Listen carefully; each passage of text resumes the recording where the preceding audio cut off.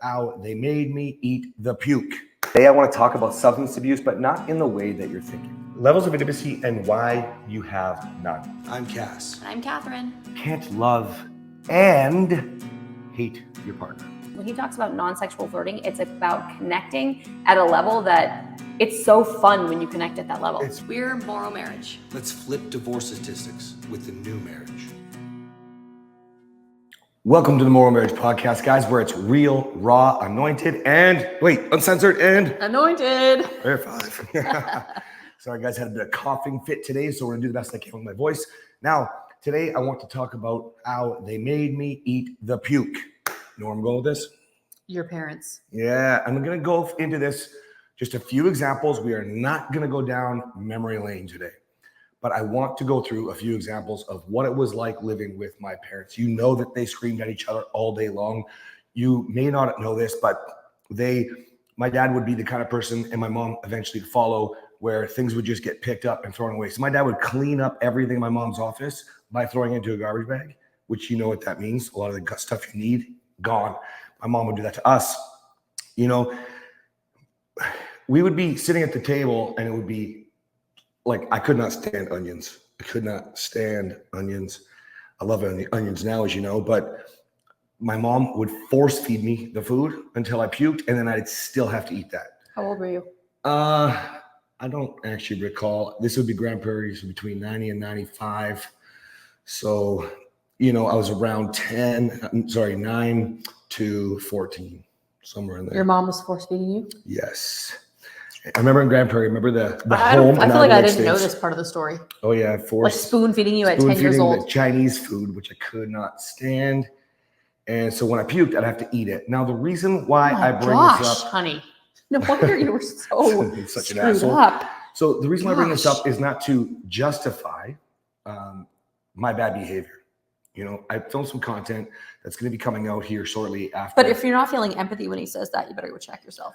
Yeah, like goodness gracious. What you guys have to understand is people who are abusive, they come from a background that you probably have no idea of what it's like. Okay. Now, I am not justifying that. In fact, I filmed some content this week where I said, hey, if your parents did things that you don't like them for it, then why are you doing it now? And, you know, I referenced in the content, you know, Douglas being a narcissist, and Gayla being selfish, you know? So I can't give into my narcissism. I can't give into that life. So you are the person who is suffering, then you need to realize that we don't need to swap war stories about how bad it was, what's worse, what's not worse.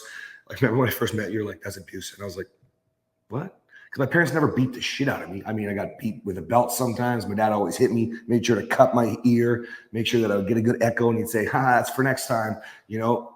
But it wasn't like the full-on beat downs that people get, you know, kids get. And so I didn't think I was abused. I didn't think I lived in a terrible home. I didn't understand. So when I was angry and fighting all the time, I didn't get it. Okay. Right. But what I want you to take from this today is there's no point going down memory lane. There's no point swapping these stories. You literally decide to create the new life, or you don't. You literally deal with your emotions and learn how to control them and handle them, or you don't.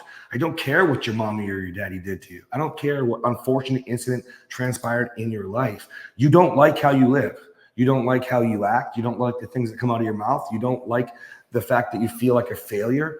So change your life. Stop blaming the world or the past.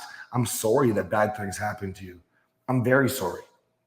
But you have a choice. Yeah. You can go down memory lane. You can think about what happened. You can complain about what happened. You can justify how you are now based on who you were then. Or you can say, hey, these things happened to me. I am this way because of that. I don't want to be this way. Let's go down a new memory lane. That's right. Create the opportunities for the feelings that you actually want. When I realized that joy felt good, then I had to create more opportunities for that.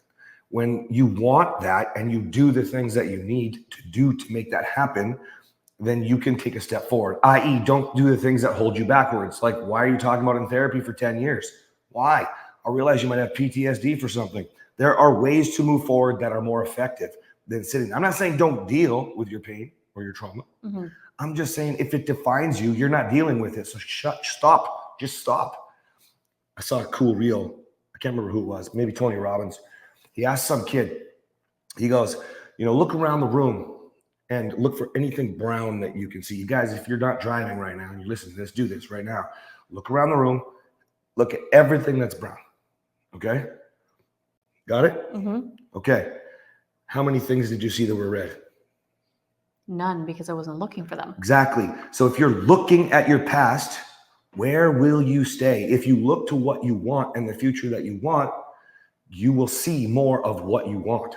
Now I see the 3 red things over in front of me because I looked. The people watching could have saw all red on the wall there. That's cheating because it's right in front of your face. If you don't take the time to understand that, then you will not get where you want to go. You have anything you want to add? Did you have that prepared, the brown versus red, or did that just come No, off the cuff? I saw content when I was posting what's going to be a viral post today. And so that just popped up and I was like, oh, this is interesting. I'm going to use that on the podcast today. Just decide right now. Yeah. That's what I was asking. Did you just decide right now? Oh, yeah, baby. I'm off the He's cusp. so smart. Thank you. Guys. Sexy too. Yeah. Handsome.